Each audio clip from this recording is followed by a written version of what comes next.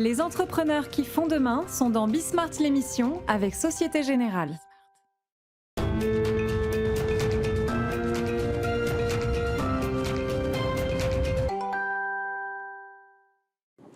Bonsoir à tous, bienvenue dans Bismart l'émission. Alors aujourd'hui, je vous propose d'abord de voir comment les entreprises s'adaptent face à l'inflation. Plan de sobriété d'un côté, bouclier anti-inflation de l'autre. C'est ce qu'a choisi de mettre en place l'agence de publicité The Good Company. On va voir quelles conséquences cela peut avoir à la fois pour les salariés mais aussi pour les clients et comment finalement toute une entreprise peut se construire autour de certaines valeurs de sobriété. C'est ce que viendra en tout cas nous expliquer Céline Picoré, c'est la DAF et cofondatrice de The Good Company. Ensuite, on ouvrira tout un chapitre autour du design, mais le design comme levier de performance pour les entreprises. C'est Christophe Chaptal qui publie le design levier de performance de l'entreprise qui viendra nous voir et il nous expliquera que finalement le design c'est bien plus que le simple dessin, ça fait partie intégrante d'une stratégie d'entreprise et cela participe à son excellence opérationnelle. On fera le point là-dessus dans un instant. Et puis, on parlera intelligence artificielle et création artistique puisque Ogilvy Paris a travaillé pour la marque La Laitière avec une intelligence artificielle qui s'appelle DALL-E. Et en fait, cette intelligence artificielle a construit une extension du fameux tableau de Vermeer que vous connaissez tous, hein, La Laitière.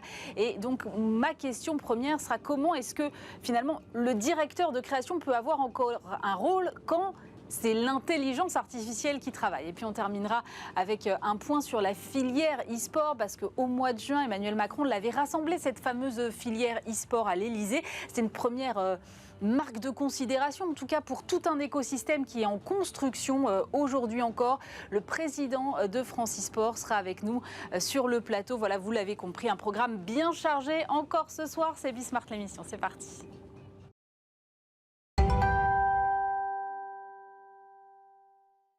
Et on commence cette émission en compagnie de Céline Picoré. Bonjour Céline. Bonjour, merci de me recevoir. Vous êtes donc cofondatrice de l'agence de publicité The Good Company. Vous êtes également DAF de cette entreprise. D'abord, c'est vrai que je pose souvent la question parce que vous venez... Vous, votre cofondateur en tout cas, venez régulièrement sur ce plateau. Mais quand on porte un nom comme The Good Company, ça engage nécessairement plus que les autres. Comment vous gérez cette responsabilité au quotidien d'avoir choisi et de devoir finalement assumer ce nom-là ? Alors au quotidien, c'est vrai que collectivement, on s'impose de travailler de manière responsable, donc aussi bien sur les choix des projets sur lesquels on travaille que sur la conception des projets sur lesquels on va travailler pour nos clients. Et c'est vrai qu'on essaye d'emmener à la fois tous nos collaborateurs, mais également nos clients. Et c'est vraiment notre mission est vraiment d'éduquer et d'aller sur le bon chemin de la com responsable. Alors vous venez me voir cette semaine parce que vous avez mis en place un plan sobriété. Alors évidemment, je ne vous demande pas pourquoi, parce que je pense que tout le monde a compris.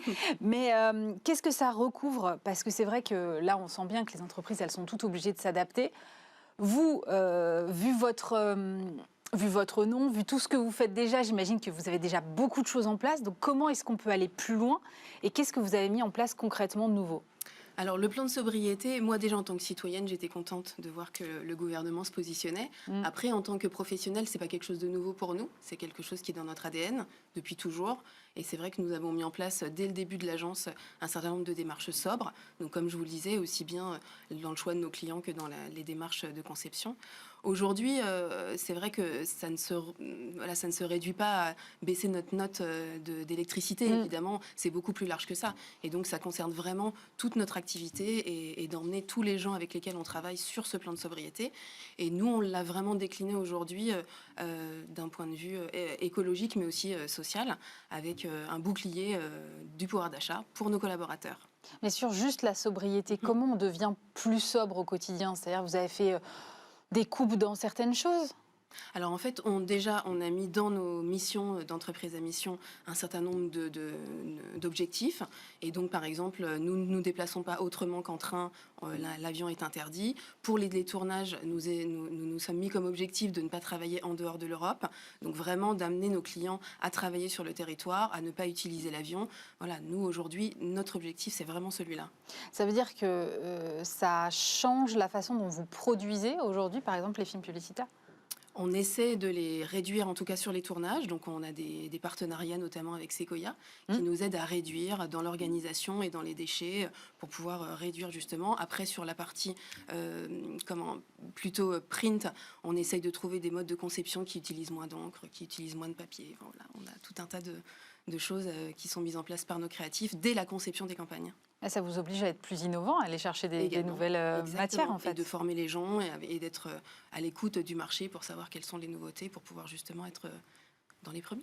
Vous avez mis en place un responsable sobriété, c'est-à-dire que vous êtes DAF, vous ne pouviez pas aller faire la chasse aux économies, quelles qu'elles soient, d'énergie ou autres, toute seule. Il fallait forcément, parce qu'on a beaucoup décrié cette proposition de mettre en place un responsable sobriété dans les entreprises. Chez The Good Company, c'est vrai qu'on a toujours fait les choses assez collectivement. En fait, les gens qui nous rejoignent ont, de par leur ADN, une envie d'être good. Et bon, voilà, je représente cette responsable sobriété, mais en réalité, on fait tout ensemble et chacun a sa part. Et voilà, et les bonnes idées viennent de chacun. Elles ne viennent pas que de moi. Alors vous avez aussi, vous le disiez, mis en place un bouclier anti-inflation qui va passer notamment par des relèvements de salaire, je crois. Comment... Ça veut dire que, déjà, vous estimez qu'il n'y a pas le choix aujourd'hui, il faut que les entreprises prennent leur part face à l'inflation, c'est ça ? Exactement. Pour nous, il n'y a pas que le gouvernement, nous sommes une entreprise et politiquement, il faut qu'on s'engage vis-à-vis de nos salariés et qu'on les accompagne dans les bons moments et dans les mauvais moments. Et c'est vrai que, au retour de l'été, on s'est tous rendu compte, passé à la caisse au supermarché, que notre panier avait augmenté. Et on s'est dit que, voilà, dès le 1er septembre, il fallait agir. Donc, on a mis en place un bouclier pouvoir d'achat avec des mesures concrètes, simples, efficace. Donc la première, c'est d'augmenter les salaires pour les salariés qui ont un salaire jusqu'à 3 000 € brut par mois, donc équivalente à l'inflation nette aujourd'hui. Donc ça s'applique aux salariés, mais également aux stagiaires et aux alternants. D'accord. La deuxième mesure, c'est d'augmenter le nombre de tickets restaurants. Donc ça, c'est assez rapide. On passe de 18 à 20 et la valeur faciale de chaque ticket a été augmentée. Donc elle était à 9, elle passe à 10. D'accord. La troisième mesure, ça a été d'utiliser la prime de partage de valeur mise en place par le gouvernement pour allouer une prime à chaque salarié pour le bien-être et le sport. Parce que c'est vrai que dans nos budgets, la première coupe, c'est souvent le sport, les loisirs, le bien-être et les loisirs. Et donc on s'est dit qu'on allait allouer une prime de 280 € dès le mois de septembre à tout le monde. Donc celui qui veut s'inscrire à son club de sport, on lui donne un petit coup de pouce. Voilà. Et la dernière chose, c'est l'aide pour la partie transport. Donc vous savez qu'aujourd'hui, on peut ou bien choisir le remboursement du pass Navigo ou bien le titre mobilité. Donc chez nous, on a mis en place les deux. Donc pour ceux qui viennent en pass Navigo, on passe le remboursement de 50% à 75%. D'accord. Et pour ceux qui ont choisi le titre mobilité, on le passe de 500 à 675 € annuels. Voilà. Mais ça veut dire que quand même... Votre entreprise, elle se porte bien parce qu'il faut pouvoir les supporter, ces coûts. Exactement, et on considère qu'il faut partager la valeur. Et comme on est tous actionnaires, à un moment donné, on s'est aussi dit que c'était une bonne idée de partager cette valeur avec tout le monde. Vous avez été labellisé Bicorp, c'est ça, et vous êtes passé aussi entreprise à mission il n'y a pas très longtemps. Ce sont quand même des statuts qui sont très contraignants. Votre nom est contraignant. Comment vous faites face à toutes ces contraintes pour finalement qu'elles n'en soient pas tant que ça et garder que le bon côté, si je puis me dire. Alors si je commence par société à mission, je dirais qu'on s'est mis des grands engagements au nombre de 5 et on les a déclinés en objectifs. Naturellement, il y en avait qu'on avait déjà mis en place, donc comme par exemple 1% pour la planète, donc on reverse 1% de notre chiffre d'affaires à des associations environnementales. Et ensuite, on en a mis des nouvelles. Comme par exemple d'être neutral carbone en 2023, de ne pas travailler avec un certain nombre de secteurs de l'industrie. Voilà. Et donc on l'a décliné. Et en fait, pour nous, c'était juste formaliser les choses qu'on avait déjà mises en place et en fait donner des preuves de notre volonté d'être good. Et comme vous le savez, Société à mission, nous avons un organisme tiers indépendant qui va venir nous auditer et qui va vérifier si nos objectifs sont bien remplis. Parce qu'aujourd'hui, voilà, déclamer sa raison d'être, tout le monde le fait, mais il faut avoir des preuves. Et nous, on souhaite les donner et faire des bilans avec un comité à mission qui nous suit et avec un organisme tiers. Comment réagissent vos clients? Parce que la maturité sur ces sujets n'est pas forcément la même dans toutes les entreprises. Comment est-ce qu'ils vous suivent ou pas d'ailleurs sur ces sujets? Est-ce que vous sentez parfois des réticences sur certaines choses? Alors, je prends de nouveau l'exemple de la société à mission. On a un comité qui est composé de 11 personnes, dont 8 clients, et donc partenaires et clients, et qui sont quotidiennement, enfin pas quotidiennement, mais qui sont régulièrement invités à venir suivre l'évolution de nos objectifs. Et je pense que ça leur donne aussi déjà une preuve de notre volonté d'être good, mais également, eux, des idées pour appliquer chez eux des choses. Donc je pense que c'est vraiment à double effet. Quand vous les entraînez comme ça avec vous, vous avez le sentiment de répondre à une attente, ou vous avez au contraire l'impression d'être précurseur? Déjà, dans le choix du client, on est d'accord que nous, on va attirer aussi des gens qui ont envie d'évoluer. À peu près la même sensibilité. En tout cas, la même sensibilité. Donc, ou qui sont à un niveau... Donc, on ne va pas aller vers des gens qui vont faire du greenwashing, mais c'est vrai que d'attirer des gens qui ont déjà une sensibilité, ça, c'est évident qu'on l'a. Après, j'ai plutôt l'impression qu'on les tire vers le haut et qu'on est plutôt précurseurs, oui. Vous avez mis en place beaucoup de choses. Quelles sont les limites que vous vous fixez? Parce qu'on a l'impression que voilà, vous êtes entreprise à mission, vous êtes Bicorp, l'inflation arrive, c'est pas grave, je sors mon bouclier inflation. On se dit mais formidable, mais où est-ce que vous allez vous arrêter? Parce que évidemment tout ça génère aussi des coûts et vous êtes aussi touché par l'inflation et l'envolée de l'énergie. Alors aujourd'hui, je n'ai pas de plafond, et voilà, on se laisse la possibilité d'évoluer. Mais je pense que déjà aujourd'hui, avec ce qu'on a, on est pas mal. Et puis on verra avec l'évolution des choses. C'est un facteur d'attractivité aujourd'hui? Oui, clairement. Ouais. Oui. Vous sentez une demande? On n'a pas de difficulté à recruter et on est appelé pour avoir du new business, c'est sûr. C'est formidable parce que je pense que vous êtes la première entreprise que je vois depuis longtemps qui me dit non, j'ai pas de problème pour recruter. Pour le moment, en tout cas, c'est pas une difficulté. Oui. Merci beaucoup Céline Picoré. Je rappelle que vous êtes DAF et cofondatrice de The Good Company. Merci d'avoir été avec nous.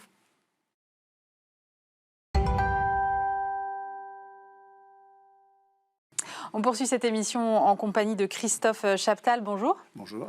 Vous êtes directeur associé du cabinet Experience Makers et vous êtes directeur de la publication de Design Facts. C'est le média du design en France. Vous publiez, et ça vient de sortir, le design, levier de performance de l'entreprise. Moi, je trouve ça très intéressant, ce lien que vous faites entre le design et la performance, mais on va peut-être pas aller trop vite. Il faut peut-être d'abord redéfinir pour nos téléspectateurs ce que c'est que le design. Alors le design, si vous voulez, si on prend ça au niveau 1, c'est une façon pertinente de définir une offre ou un service, en appuyant notamment sur l'aspect esthétique, mais pas seulement, en faisant actionner des leviers comme l'innovation, la différenciation, l'attractivité, etc. Maintenant, on est plutôt au niveau 2, c'est-à-dire qu'on va se servir du design comme un levier stratégique qui va parcourir l'ensemble de la chaîne de valeur, de la conception jusqu'à la mise en marché. Et de ce niveau 2, on est en train également de passer à un niveau 3, qui est de rapprocher le design comme étant un contributeur essentiel de modèles économiques centrés expérience. Alors, on parle beaucoup d'expérience aujourd'hui. Ça veut dire quoi? Ça veut dire avoir la capacité de répondre à l'ensemble des parties prenantes de façon équilibrée, en tenant compte de besoins qui sont parfois contraires ou opposés. Eh bien, le design a cette capacité, justement, avec cette vision holistique, mais également avec ce savoir-faire opérationnel, de proposer des expériences de qualité à l'ensemble des parties prenantes. Et c'est pour ça que ce livre explique ce que c'est que le design, explique cette contribution à l'expérience, mais milite également pour que le design soit au niveau de décision de l'entreprise, c'est-à-dire que le patron du design soit membre du COMEX ou du CODIR. Et dans ce cadre-là, il y a un certain nombre d'interviews de patrons du design, de boîtes françaises, qui sont justement en responsabilité. Mais dans l'imaginaire collectif, quand on pense design, on pense dessin, on pense esthétique. Oui. Et là, on est plus sur quelque chose qui relève de la stratégie. Alors, la composante esthétique existe, il ne faut pas la nier, elle est importante. D'ailleurs, elle n'a pas vocation à disparaître. Mais ne pensez que esthétique, quand on parle de design, c'est extrêmement réducteur. Et les pays anglo-saxons, par exemple, même les pays asiatiques aujourd'hui, sont allés bien au-delà de l'aspect esthétique. Le design est un levier stratégique qui permet de décrypter une offre et d'y répondre de façon extrêmement, je dirais, pertinente. Et moi, je vais au-delà. Je dis le design est un contributeur d'expérience majeur. Mais Comment est-ce que vous liez cette notion d'expérience au design? C'est via l'usage? Alors, c'est pas que l'usage. Il y a l'usage est très important. La dimension esthétique l'est aussi.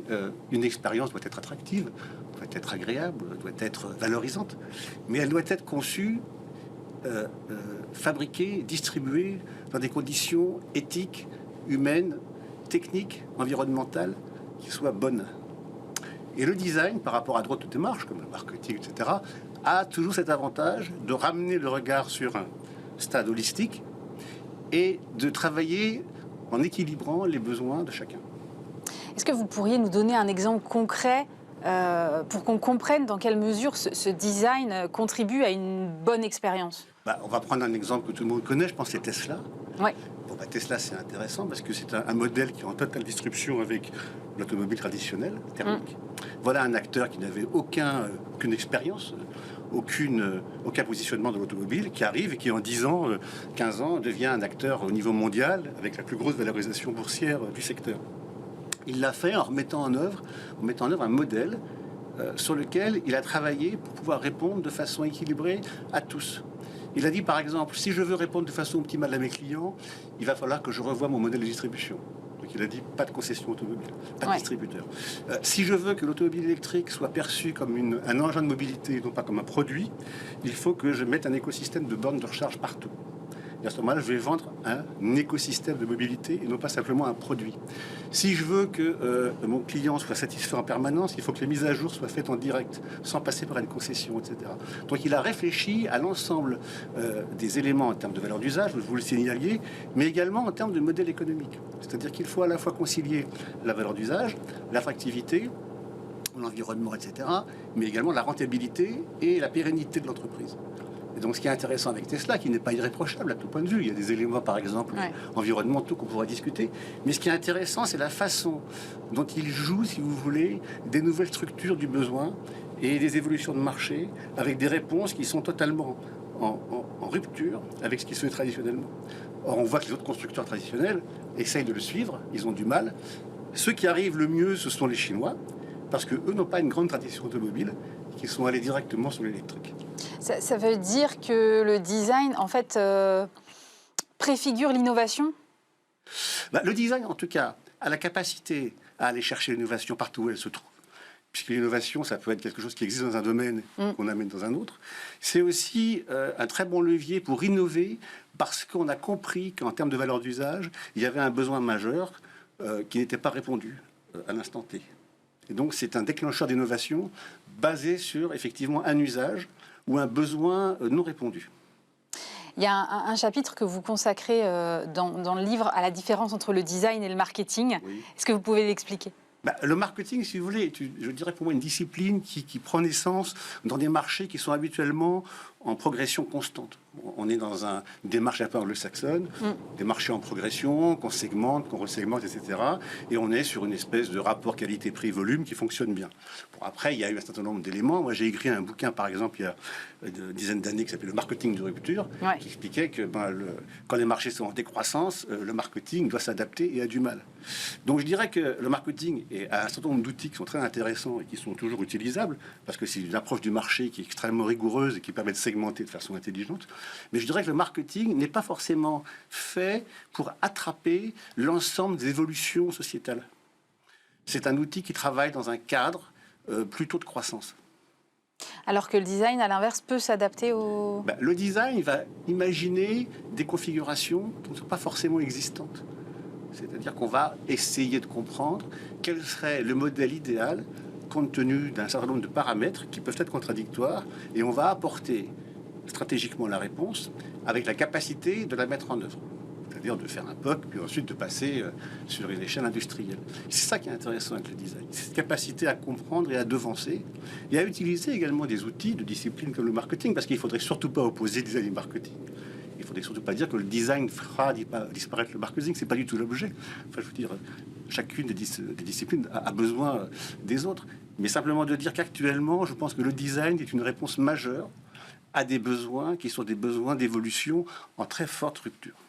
Comment on fait quand on est une entreprise et qu'on vous écoute et qu'on se dit « Ah tiens, finalement, je suis assez convaincu, je devrais mettre plus de design au cœur de mon entreprise ». Comment on s'y prend ? On peut nous appeler déjà. Oui, d'accord.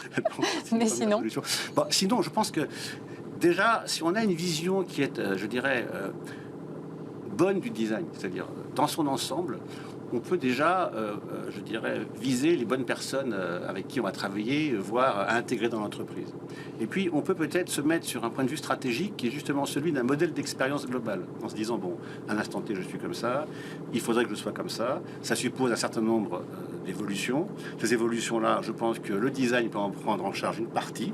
Je vais donc investir pour que le design soit effectivement utilisé dans l'entreprise, soit par le biais d'intervenants extérieurs, soit en montant un design intégré, ce qui est le cas dans les grands groupes, ce qui est le cas de plus en plus dans les ETI, mais ce qui reste à faire, puisque aujourd'hui, à peu près 70% des PME, PMI en France ne font pas appel au design. C'est énorme, 70%. Oui, c'est énorme. Mais ça veut dire qu'on peut mettre cette stratégie-là en place n'importe où et avoir recours à ces outils-là, quelle que soit la taille de l'entreprise. Parce que vous citiez Tesla. Tesla s'est construite comme ça, donc c'est différent. Et dans le livre, il y a des exemples d'entreprises de 50 personnes qui font appel de façon régulière et importante au design, parce que pour eux, c'est une clé de différenciation forte. Quand j'étais dans l'industrie, moi je suis designer, j'ai eu mon agence, mais je suis passé 15 ans dans l'industrie avec des doubles fonctions de patron du marketing et du design.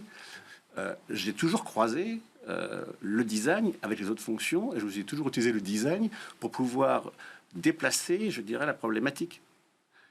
Quand vous innovez, quand vous avez une réponse différenciée, quand ce que vous faites est totalement unique, je veux dire, les problèmes tarifaires s'estompent. Regardez à quel prix sont vendus les Tesla. Alors, je suis d'accord, ça s'adresse à des gens qui sont aisés, mais il y a certains produits, certaines marques comme Apple, évidemment emblématiques, qui n'ont pas trop de problèmes tarifaires parce qu'ils sont dans un autre modèle. Et ça, c'est intéressant. Et je crois qu'aujourd'hui, quand on a des modèles qui sont vertueux, dans lesquels on arrive effectivement à générer de la croissance, de la performance, dans de bonnes conditions, avec un respect éthique et environnemental, il me semble qu'on n'est pas très très loin de ce que j'appelle la vraie performance. Qu'est-ce que ça change en termes de management? Est-ce que ça change les choses fondamentalement, cette place du design qui devient d'un coup centrale dans l'entreprise? Oui, ça change quelque chose parce que d'abord le design est une discipline qui se perçoit essentiellement en mode projet. C'est-à-dire c'est du collaboratif, systématique, et c'est une vision stratégique et opérationnelle partagée par l'ensemble des acteurs. Donc vous êtes obligé, quand vous avez une entreprise et que vous voulez intégrer le design, d'avoir une vision stratégique qui soit claire et compréhensible et partagée, et de développer vos expériences finalement en mode projet, en intégrant l'ensemble des parties prenantes, internes et extérieures. Donc cette démarche projet collaborative, qui est l'essence même du design, est très importante et à mon avis est un facteur majeur de transformation et de progrès pour l'entreprise.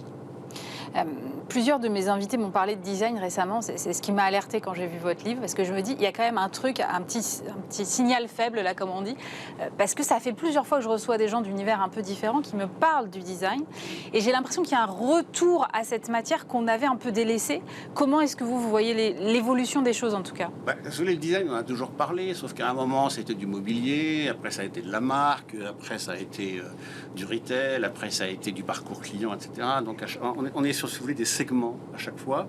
Et là, c'est une approche beaucoup plus globale. Là, c'est une approche globale. Et puis, il y en a d'autres qui ont une approche qui est plus scientifique, plus culturelle, plus universitaire, etc.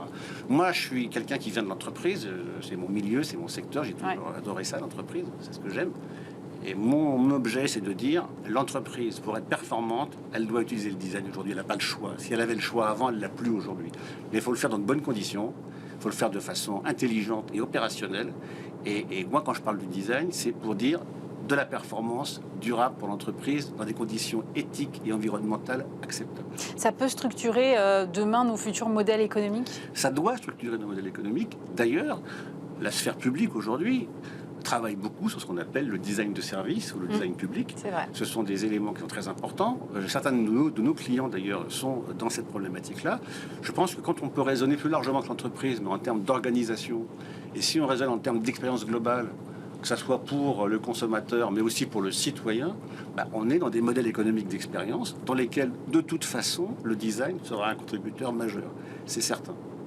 Merci beaucoup, Christophe Chaptal. Je rappelle que vous êtes directeur associé du cabinet Experience Makers. Vous êtes également l'auteur de ce livre, Le design, levier clé de performance de l'entreprise. Merci d'avoir été avec nous.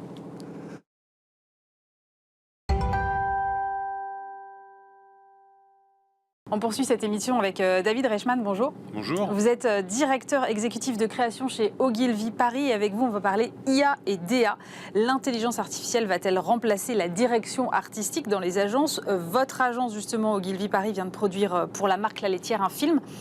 Alors, un film qu'on va voir d'ailleurs, dans lequel, en fait, l'IA a, vous allez me dire si je le résume bien, extrapolé en fait le décor qu'il y a autour du célèbre tableau de Vermeer, qui lui a été peint il y a 350 ans, si je comprends bien. C'est, pour faire simple, un peu comme une extension du tableau. D'abord, moi, j'aimerais bien savoir qu'est-ce qui vous a donné une idée pareille. Alors, il faut savoir que l'extension du tableau, elle a été faite déjà avec des gens derrière qui avaient le projet. On avait ce projet en tête très clairement. Ce qui nous a donné l'idée, c'est le fait qu'il y a eu cet essor là pendant tout cet été. Des intelligences artificielles qui génèrent des images. Et il y a eu notamment une intelligence artificielle que je vais citer qui s'appelle DALL-E, qui a créé, qui a proposé une nouvelle fonctionnalité qui s'appelle l'outpainting. Et on s'est dit qu'on allait se servir en fait de cette fonctionnalité pour raconter une histoire plus vaste autour de la laitière, avec un positionnement de marque qui était intéressant, puisque on voulait raconter que c'est si bon de prendre le temps, et donc de créer une scène où on étendait la laitière avec sa cuisine et des gens qui venaient la regarder en train de fabriquer en fait. Ce qu'on avait pu voir un peu dans les films finalement publicitaires. Absolument. En fait, on a continué ce que faisait déjà la marque, mais cette fois-ci avec des moyens qui sont, on va dire, extrêmement nouveaux. Voilà. Mais pourquoi avoir fait appel pour ça à une IA et pas juste à des humains ? Alors parce que déjà, l'IA a une capacité, quand on parle de l'IA, c'est toujours pareil. Bah oui, c'est un peu impressionnant. Cette forme-là permet de créer, en fait, de vraiment copier le style de n'importe quel style artistique, en fait. Donc, utiliser l'IA pour le faire, c'est aussi, en un temps record, qu'on a réussi à le créer. Il nous a fallu, on va dire... un travail d'une journée, une journée et demie pour pouvoir réaliser ça. C'est tout ? C'est tout. Voilà. Ah ouais. Très concentré, mais on l'a fait en une journée et demie. Donc c'est un travail qui a été assez à la fois intense, mais qui aurait demandé en termes de réalisation autre chose si on voulait aller le faire avec des humains. Cela étant, tout l'intérêt ici était de raconter quelque chose aussi qui faisait écho à une tendance technologique.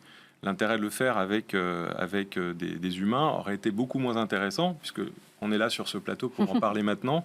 C'est bien qu'il y a eu un engouement aussi et une tendance qui est en train de monter. Mais que je comprenne le processus créatif. Vous avez l'idée de faire cette extension du tableau. Ouais. Vous trouvez l'outil qui est DALL-E et l'outpainting. Derrière, comment vous le nourrissez ? Vous lui dites, tiens, voilà Vermeer, débrouille-toi ? Alors, c'est là où c'est intéressant. Déjà, nous, on a imaginé la scène, on l'a dessinée. Donc avec les équipes, avec des directeurs artistiques pour le coup. Donc elle part pas d'une page vierge. Alors, on l'a dessiné, donc on a un projet dans la tête. D'accord. Ça, c'est la base. On se dit, voilà, on voudrait ça. On voudrait fabriquer ça. Ensuite, on va travailler avec l'IA comme si on fabriquait un puzzle. Donc on va de proche en proche partir de la scène de Vermeer d'origine. Ouais. Et en fait, on va créer des blocs qui vont ensuite copier le style de Vermeer et on va lui donner des textes qui vont exprimer ce qu'on veut dans le tableau. Donc, par exemple, la première partie à droite de la laitière, on va lui dire en anglais des mots du genre, alors je traduis en français, par exemple, un mur de cuisine avec des outils et des casseroles en cuivre peints par Vermeer. Donc, on lui rajoute en plus le peint par Vermeer. Donc, elle va à la fois chercher le style de l'image dans laquelle elle se trouve et elle va faire des références. Et elle va créer une première portion. Donc, en fait, c'est comme un jeu. On va commencer à étendre progressivement. Mais parfois, et c'est là où c'est intéressant, elle fait des erreurs. Elle va nous proposer, l'IA va nous proposer des choses qui ne sont pas du tout adéquates ou des styles qui ne sont pas en rapport avec ce qu'on cherche à faire. Donc, c'est à nous de, à chaque fois, réexprimer, repréciser dans les textes qu'on écrit ce qu'on cherche. Et puis, on travaille aussi avec des références visuelles de Vermeer devant nous pour voir si les personnages qu'on est en train de fabriquer sont raccord avec l'époque et avec son style artistique. Donc, il y a tout un contrôle humain derrière l'équipe pour fabriquer ce que vous avez vu pour la laitière. Donc, c'est-à-dire que, pour résumer, le directeur artistique que vous êtes est à l'origine de l'idée l'IA exécute, mais sous contrôle. Elle exécute sous contrôle, et c'est là où c'est intéressant, c'est que c'est ce que j'aime à dire, c'est plus qu'un outil, c'est un outil intelligent, donc qui va, en fonction de certaines contraintes, proposer des solutions auxquelles on n'a pas pensé, nous, quand on imagine le tableau, et qu'on va soit accepter, soit refuser. Et du coup, on va avancer comme ça progressivement, avec, comme si c'était un sparring partner un peu, pour construire l'œuvre finale. Et quel type de contraintes il peut y avoir? Les contraintes, c'est des contraintes très simples, c'est des contraintes de l'image. Par exemple, expliquer que à cet endroit-là, je veux une horloge, par exemple. Donc, il va se débrouiller parce qu'il y aura déjà toute une partie du tableau, c'est comme un puzzle. Donc, il va voir qu'il y a des gens à un endroit, qu'il y a des chaises, qu'il y a un mur. Donc, il doit imaginer une horloge, il va fabriquer une horloge, par exemple.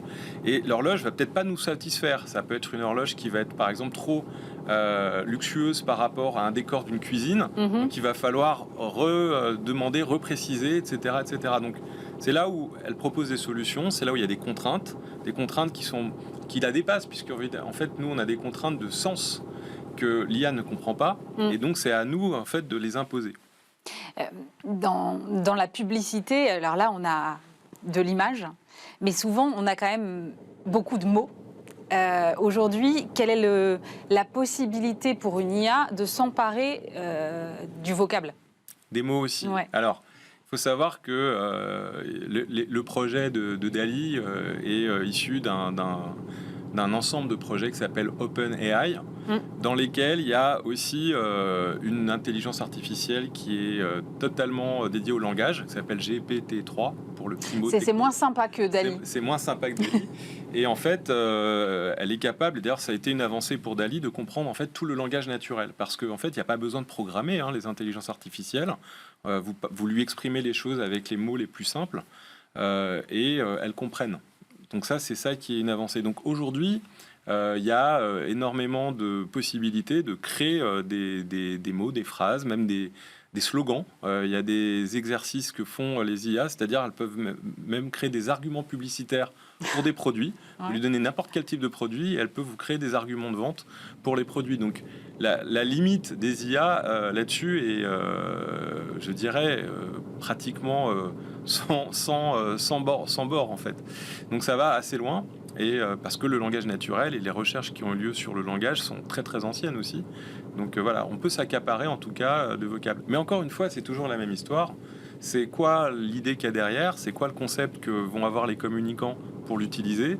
Et dans quelle mesure ça va faire sens? Parce que juste utiliser des IA pour faire la prouesse technologique, ça a peu d'intérêt en définitive. Mais néanmoins, ça pose quand même la question de la standardisation à un moment des contenus. Parce que si tout le monde utilise les mêmes IA, on peut logiquement penser que demain, tous les contenus créatifs seront les mêmes. Alors c'est un peu ce qui se passe aujourd'hui. On a déjà des standardisations de contenu en fait. C'est à partir du moment où vous avez un phénomène de démocratisation d'une technologie. Je prends l'exemple, je vais donner deux exemples. L'exemple du smartphone, par exemple. Les photos aujourd'hui ont été... il y a toute une vague de photos avec des filtres que vous avez retrouvés sur Instagram. C'est bien d'ailleurs que c'était devenu... Toutes les photos se ressemblaient avec des filtres sur les visages. Tout le monde est très beau, avec tous les défauts sont enlevés, etc. Donc il y a une standardisation déjà qui existe à partir du moment où c'est démocratisé. L'autre exemple, c'est aussi par exemple l'utilisation des gifs ou des mèmes, qui fait quand même qu'il y a dans les langages, sur les réseaux sociaux par exemple, beaucoup de choses qui se ressemblent, mais qui viennent servir évidemment des propos. Mais il y a ce phénomène fatalement qui arrive quand vous êtes en train de démocratiser et d'utiliser une nouvelle technologie. Mais qui vient justement changer les manières de se comporter et qui vient nourrir une nouvelle culture également. Oui, mais c'est pas un peu contradictoire avec le métier que vous faites, qui est de faire de la création, donc d'aller chercher une idée originale, de faire des choses qui n'ont pas encore été vues. Donc si on tombe dans un truc un peu standardisé, pour le coup, ça perd de son intérêt. Alors je pense qu'il faut faire la distinction entre ce que les gens vont pouvoir en faire. Donc là, je parle du point de vue de l'impact que ça pourra avoir culturellement sur la capacité que notre société, les personnes qui ne sont pas des professionnels de l'image, auront de créer pour la première fois des images on va dire inédites quand même, parce qu'il ne faut pas l'oublier, ça apporte aussi des choses inédites, mais en même temps, on s'aperçoit que si on n'a pas quelque chose de très clair en tête, ça crée des choses assez standards parfois, et aussi assez jolies. C'est-à-dire que quand vous avez vu certaines IA qui produisent des choses aujourd'hui, beaucoup de choses se ressemblent parce que vous écrivez peu de mots. Je disais même l'exemple, c'est que si vous écrivez n'importe quoi, elle va faire quelque chose de joli même. Donc voilà, mais je pense que ça c'est une chose. De l'autre côté, il y a le métier, les professionnels qui eux doivent l'utiliser, on va dire à la fois avec, on va dire éthique déjà par rapport aux autres métiers pour être respectueux. Ensuite, d'une manière intelligente, c'est-à-dire au service d'une idée et pour créer des choses relativement nouvelles, inédites. Par exemple, une idée qui pourrait donner la parole à toute une partie de l'humanité et qui lui permettrait de s'exprimer avec des images, c'est quelque chose qui aujourd'hui est pas encore envisagé, mais qui pourrait être envisageable avec les IA.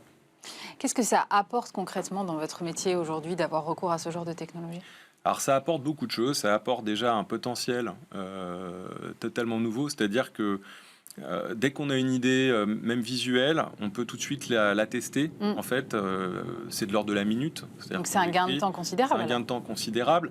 Ça change aussi la manière de produire. On peut imaginer demain créer ce qu'on appelle des moods, des mood boards, c'est-à-dire c'est un peu technique, c'est-à-dire des ambiances en fait de ce qu'on a envie de faire et les écrire très vite. Ça va sans doute révolutionner aussi l'industrie de ce qu'on appelle l'image de stock.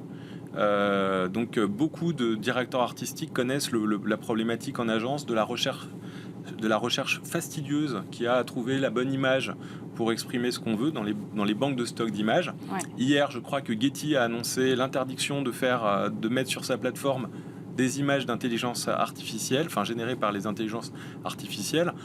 Il y a un modèle économique et toute une industrie et des problèmes aussi légaux qui sont en train de faire surface, mais qui vont sans doute remodeler la manière avec laquelle l'industrie créative, en tout cas, travaille. Et donc, ça change aussi dans nos métiers la manière donc de concevoir, d'avoir une manière de produire, peut-être parfois plus efficace, plus rapide, mais aussi, encore une fois, je l'explique, je le redis, c'est vraiment, est-ce que ça fait sens avec les idées? Est-ce que ça va dans la bonne chaîne de production et de valeur? C'est ça les questions qu'il faut se poser. Ça peut changer aussi les profils des directeurs de création, c'est-à-dire d'avoir des profils plus technologiques?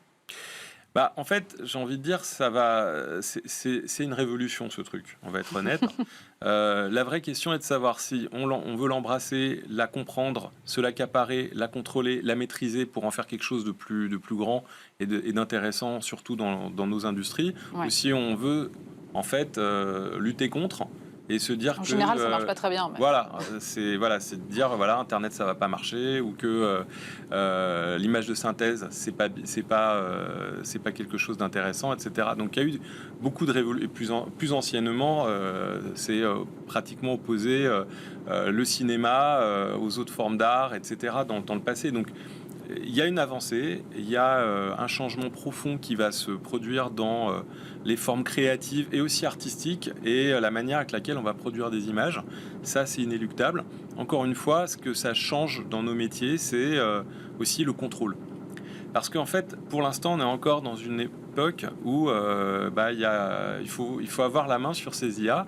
Elles peuvent fabriquer des choses intéressantes, mais il faut vraiment être dans le contrôle pour faire ce qu'on veut et pour accomplir en fait le projet qu'on a en tête. Ce que je dis toujours, c'est que c'est le plus grand danger des IA, c'est de ne pas avoir un truc très précis en tête et de se laisser aller. Finalement, c'est l'IA qui vous contrôle et c'est pas vous qui faites en fait vraiment quelque chose d'intéressant avec. Quelles sont les limites que vous voyez aujourd'hui et qui peut-être demain seront levées ou pas d'ailleurs? Les limites aujourd'hui, s'il y en a, c'est d'aller plus loin. Il y a la vidéo, le film. Imaginez demain, vous pourriez écrire un scénario, le scripter et en fait le faire rendre peut-être en première intention par une IA. Donc ça, c'est des choses qui vont arriver, qu'on ne sait pas encore faire, mais c'est en train de se mettre en place. Donc l'industrie se met dans cet esprit-là. Les contraintes aujourd'hui sur les IA, c'est encore une fois des contraintes dues à la manière avec laquelle elles fonctionnent. C'est-à-dire, elles ont du mal à rendre convenablement certains visages, les mains. Il y a des trucs d'ailleurs qui font que quand on le voit, il y a des aberrations visuelles. Et on se dit, tiens, ça a été généré par une IA. Et évidemment, c'est des choses qui vont s'affiner dans les mois, dans les années qui viennent. Vous pensez qu'un jour, on arrivera à un stade où on n'aura plus qu'à donner le brief client à l'IA et elle se débrouillera, ou ça, c'est vraiment extrapolé Je pense que ça, c'est un fantasme, pour être très honnête. Parce qu'en fait, ce que je disais tout à l'heure, cette notion de contrôle, elle est hyper importante dans notre industrie. C'est-à-dire que ça, faut pas oublier que c'est un outil peut-être de nouvelle génération, c'est un outil intelligent, mais ça reste un outil intelligent. Ça reste donc un outil. Mais ça ne remplace pas un être humain. C'est-à-dire que la démarche intellectuelle, la démarche créative, elle n'est pas remplaçable. Donc c'est pour ça qu'il faut bien savoir qui fait quoi dans l'affaire. Le cas de tout à l'heure dont on a parlé de la laitière, c'est exactement ça. On a un vrai projet. Non, on n'a pas dit à une IA, fabrique-nous une extension, et on l'a laissé, on est revenu, on a pris un café. Et c'est terminé. Voilà, donc c'est vraiment ça l'histoire. Il y a cette prise de contrôle et cette nouvelle manière de travailler, je dirais, qui, elle, est intéressante et qu'il faut, j'ai envie de dire, embrasser, en tout cas, qu'il faut prendre aujourd'hui pour en voir, pour la pousser et pour en voir qu'est-ce qu'elle peut nous amener dans l'industrie créative aussi. J'ai lu une déclaration de vous. Vous avez dit, en jouant avec l'innovation, le design et la narration, je m'égare chaque jour dans la zone à risque. C'est quoi la zone à risque ? Alors, la zone à risque, c'est le moment où, ce que je disais tout à l'heure, où en fait, faut être bien sûr de qui fait quoi en fait. Est-ce que c'est vous qui êtes en train vraiment d'être en plein contrôle avec un projet très clair, ou est-ce que c'est l'IA qui est en train de vous emmener dans ce qu'on appelle des surprises? Parfois, c'est super aussi d'un point de vue créatif de se laisser un peu surprendre par justement des choses qu'on n'attendait pas. Mais il faut être prêt à accepter ça et à composer avec. Ce qui n'est pas complètement, on va dire, raccord avec aussi ce qu'on fait dans nos métiers, parce que nos métiers, c'est aussi avoir une ligne directrice très forte, avoir des convictions et aller au bout. Et voilà, il faut juste savoir les gérer et savoir où on va, encore une fois. Merci beaucoup David Reichmann. Je rappelle que vous êtes directeur exécutif de création chez Ogilvy Paris. Tout de suite, on va parler e-sport avec le président de France e-sport. C'est un entretien qu'on a enregistré il y a quelques semaines.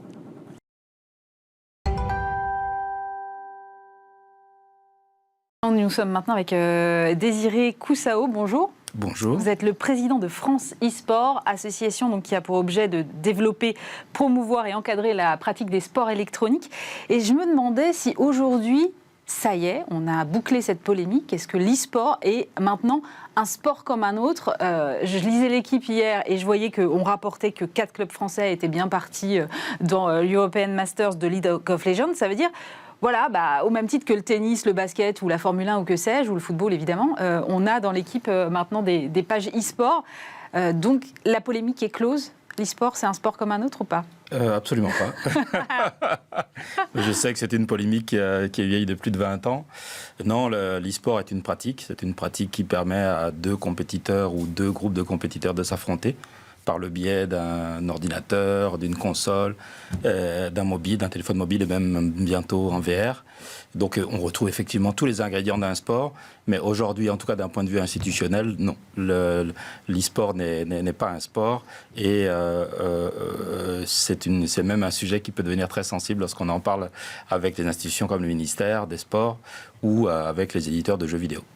Alors, combien de Français pratiquent l'e-sport aujourd'hui ?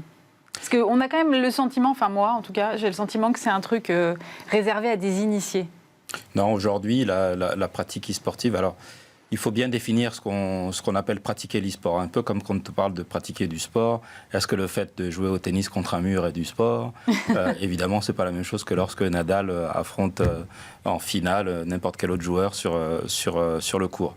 Donc, on a à France e-sport, on mène depuis 4 ans maintenant une étude qui s'appelle le baromètre France e-sport, sur lequel on étudie un petit peu tout ça et on a à peu près classifié la pratique de l'e-sport on va dire, dans 3 catégories.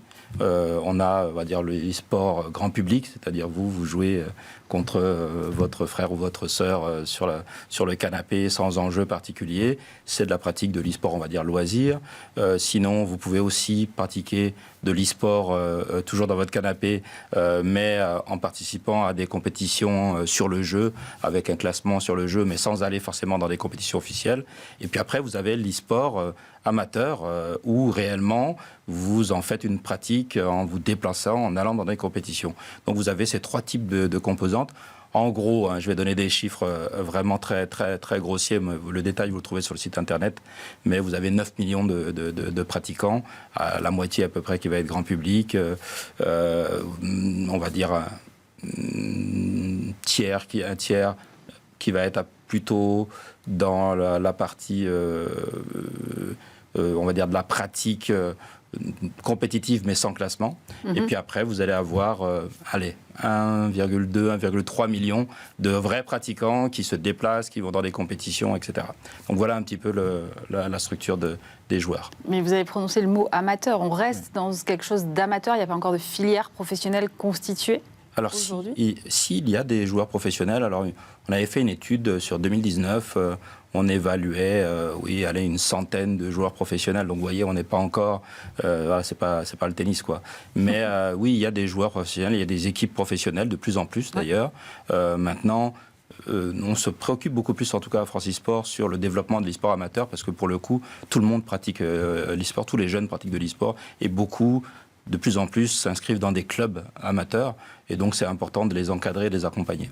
C'est intéressant ce que vous dites. Quel écosystème est-ce que ça drive, en fait, l'e-sport aujourd'hui? Ça regroupe quoi? Ça regroupe d'un côté les fabricants de jeux et les concepteurs de jeux vidéo, les clubs. Quelles économies est-ce que vous voyez autour de ça?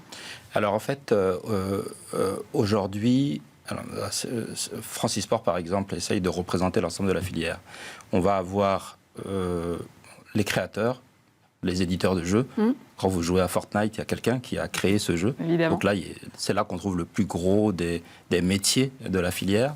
Mais après, vous avez ce que nous, on appelle les promoteurs, c'est-à-dire toutes les structures associatives ou professionnelles qui vont utiliser l'e-sport pour pratiquer, pour générer de la valeur, pour créer de la valeur. Donc ça, c'est je dirais, le gros des activités qui vont générer les métiers de l'e-sport. Et puis ensuite, vous allez avoir les équipes amateurs, les joueurs professionnels ou amateurs qui vont plutôt être dans la pratique loisir, la pratique, on va dire, c'est pas un métier, c'est une pratique qui va à part. Donc au niveau du chiffre d'affaires de la filière, on parle de 50 millions d'euros en 2019. Depuis, on n'a pas refait d'études, donc j'imagine que ces chiffres ont évolué. Et on parlait pour toute la filière, hors éditeur de jeux vidéo, de 600 ou 700 personnes en 2019. Donc, c'est pas non plus le secteur automobile, mais on sait qu'on est sur une dynamique de croissance à 2 chiffres annuels. On est encore relativement au début, effectivement, vous le dites très bien, mais qu'est-ce qui manque aujourd'hui en termes d'encadrement, que ce soit juridique ou réglementaire, par exemple ? Alors, on a beaucoup de questions qu'on essaye de faire avancer avec les pouvoirs publics. On a d'abord toutes les questions qui sont liées à la pratique du joueur. On disait tout à l'heure, est-ce que c'est un sport? C'est vrai que dans le sport traditionnel, il y a des contrats, par exemple, par un joueur de foot, il y a des contrats qui permettent à une équipe d'embaucher un joueur professionnel.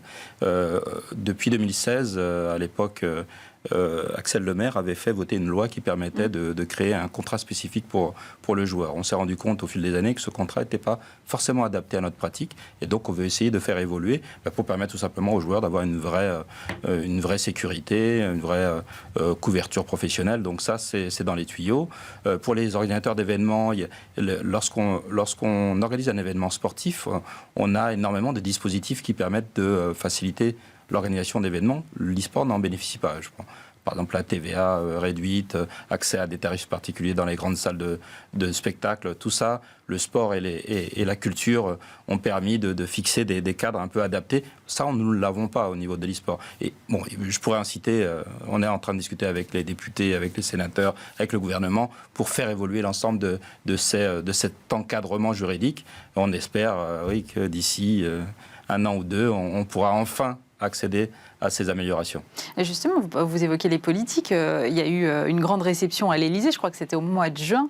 Ça veut dire que quand même, quand on est reçu comme ça en tant que filière par le président de la République, ça veut dire quand même qu'il y a une reconnaissance aujourd'hui en France de cette filière de l'e-sport. Oui, ça c'était vraiment la belle nouvelle, la belle histoire de cette année. En juin, on a eu la chance d'être invité par le président Emmanuel Macron à l'Élysée, l'ensemble de la filière. Je crois qu'il y avait plus de 200 invités dans la salle. Et on a pu réellement échanger avec le président, avec certains des ministres qui étaient présents. Et on a ressenti une vraie reconnaissance finalement de l'existence de notre filière, qui était quelque chose qui était encore assez difficile jusque-là. Et le président Macron a fait de nombreuses annonces pour vraiment montrer le soutien que les pouvoirs publics voulaient amener sur cette filière. Je tiens quand même à préciser que ça peut paraître quelque chose de super avant-gardiste, mais il y a beaucoup de pays qui ont déjà intégré l'e-sport comme étant une pratique reconnu comme un sport, avec un accompagnement identique à celui du sport. Donc on n'est pas forcément en avance.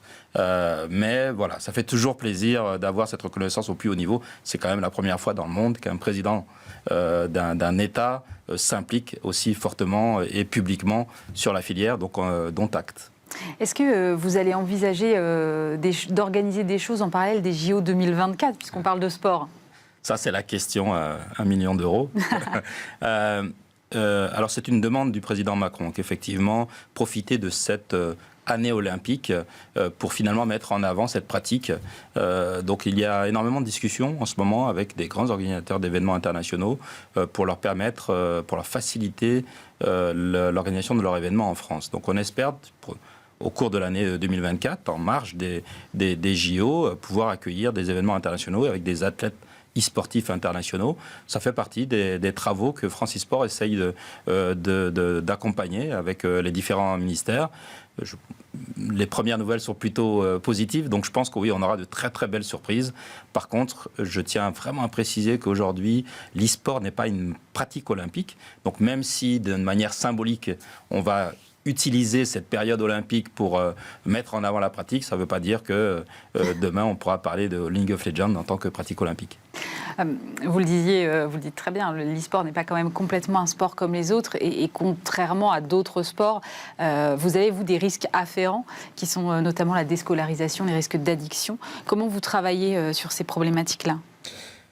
Alors, tout d'abord, je m'élève en faux contre contre cette affirmation. Alors oui, il y a des risques d'addiction, des risques de déscolarisation, des risques de tout ce qu'on veut, mais ce n'est pas spécifique à l'e-sport. Je pense qu'on peut avoir un pratiquant même de sport qui est addict au sport traditionnel, qui est addict à la lecture, qui est addict à je sais pas, n'importe quoi. Et c'est pas le fait qu'on joue à un jeu vidéo et qu'on en fait une pratique sportive qui crée finalement ce risque plus qu'une autre pratique. Donc ça, c'est vraiment la première chose. Je tiens vraiment à balayer. Toutes les études prouvent que l'e-sport n'est absolument pas une source particulière d'addiction ou de déscolarisation plus qu'autre chose. Donc ça, c'est la première chose. La deuxième chose, oui, effectivement, le risque existe. On sait que les jeunes sont très accrochés à leurs écrans.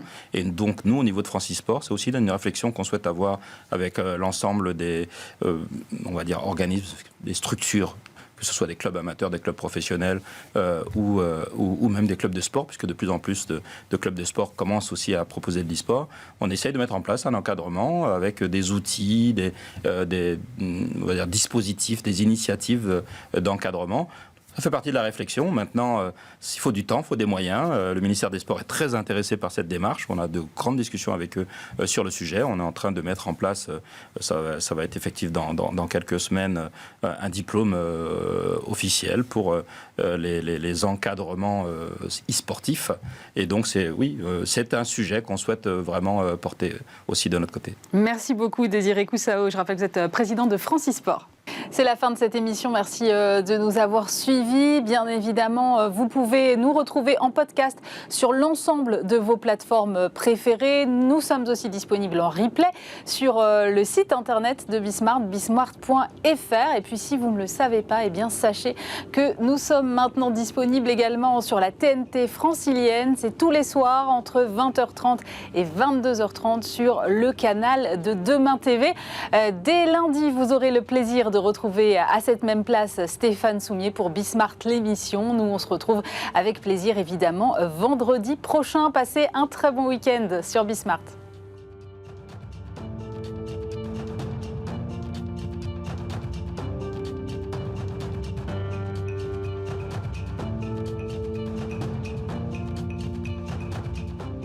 Les entrepreneurs qui font demain sont dans Bismart l'émission avec Société Générale.